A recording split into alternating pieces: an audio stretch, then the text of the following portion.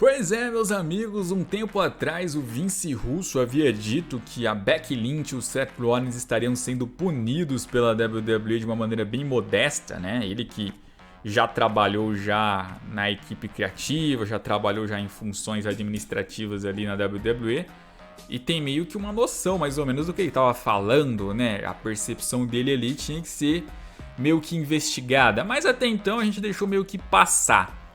Só que passado alguns meses depois dessa declaração dele, mais ou menos 2 meses, dá pra gente começar a investigar um pouco e perceber que talvez de fato esse casal aí de Seth Rollins e Becky Lynch possa ter feito alguma coisa que desagradou a WWE e com isso estarem sim sofrendo algum tipo de punição, né?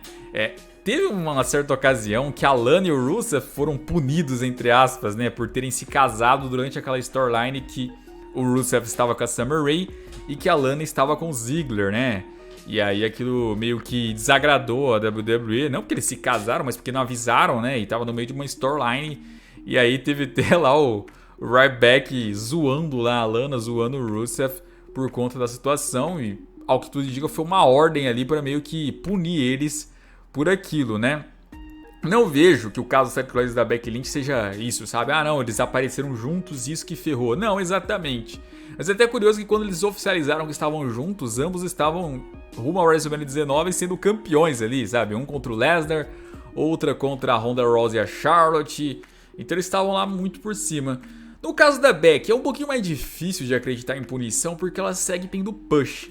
Mas é aquela história, talvez a punição que a Becky Lynch esteja tendo, né? E aqui fica bem claro pra vocês, punição, que o Vince Russo quis dizer, não é que eles vão virar jobber, não é nada disso. A WWE sabe da importância deles, sabe que não pode perder eles, sabe que não pode descredibilizar eles. Mas, aquela punição modesta, sabe? Ó, você vai seguir nas principais rivalidades, mas você vai perder todas. É isso. E no caso da Becky Lynch, eu vejo o seguinte, desde que ela retornou, parece que a WWE meio que quis tirar aquela fanbase que existia em cima da Becky, sabe? Aquelas fãs radicais mesmo, que tudo pra eles era Becky. E aí colocou ela pra fazer rivalidades ali, por exemplo, contra a Bianca Belair. Logo no início ali da rivalidade com a Bianca, já retornando, tirando o título dela rapidamente, roubando. E isso não era pra tentar fazer o público ter uma reação positiva, embora alguns até tiveram, em si uma reação negativa. E desde então vem tentando fazer isso, sabe? Vem tentando passar todo o protagonismo que existia na Becky Lynch pra Bianca, né? E aí a Becky Lynch meio que se tornar ali alguém que o público começa a não suportar mais, né? E até por isso ela enfrentou algumas rivais que o público gostava, como por exemplo a Liv Morgan.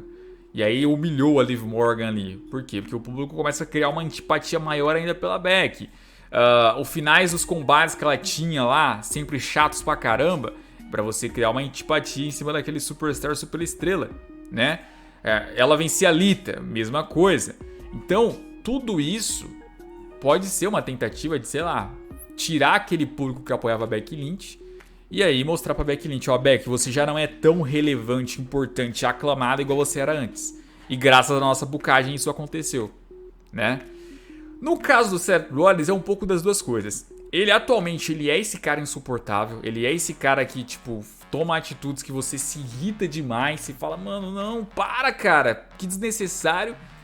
E também é um cara que vem perdendo tudo desde aquele Hell in a Cell de 2019, que deu tudo errado lá entre ele e o Bray Wyatt. Desde então todo mundo sabe o quanto o Seth Rollins aí foi perdendo as rivalidades.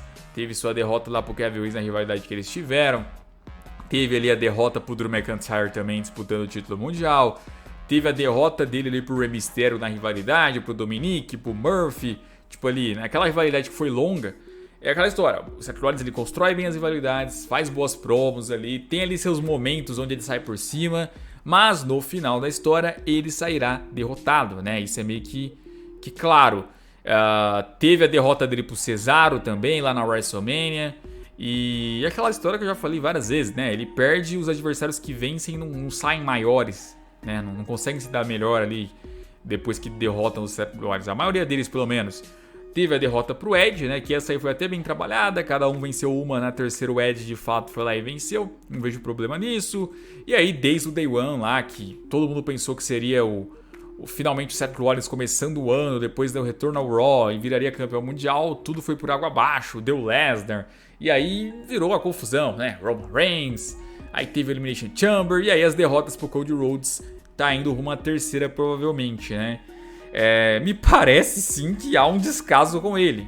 É o que eu falei, mantém ele nas rivalidades importantes porque sabe do seu tamanho, mas faz ele ser aí descascado. Não acho que ele vai virar jobber. Acho que daqui a pouco ele pode sim ter alguma conquista grande, porque a WWE sabe que também daqui a pouco vai ficar exagerado isso, né? Mas é estranho esse tratamento que ele teve a partir de 2019 e é pra gente investigar, né? O Vince Russo, que já trabalhou no meio, ele teve essa percepção e desde então, se a gente for olhar ponto por ponto, não é absurdo, não parece uma teoria errada.